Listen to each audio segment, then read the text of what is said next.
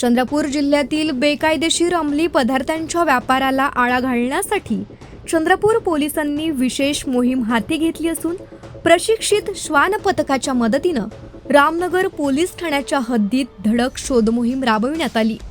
Police अधीक्षक आयुष नोपाणी यांच्या संकल्पनेतून सुरू झालेल्या या शोध मोहिमेत संशयित ठिकाणी झडती घेऊन अंमली पदार्थ विक्रेत्यांविरोधात कठोर कारवाई करण्यात येत आहे।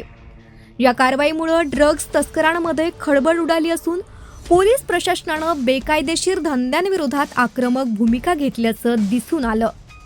रामनगर पोलीस ठाण्याच्या पथकानं प्रशिक्षित श्वानांच्या सहाय्यानं बगडखिडकी परिसरात शोध मोहीम राबवत संशयितांच्या घरांची तपासणी केली।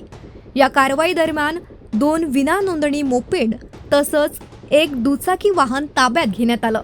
त्यानंतर नागपूर मूल रोडवरील संजयनगर परिसरातील पाणठेल्यावर छापा टाकण्यात आला।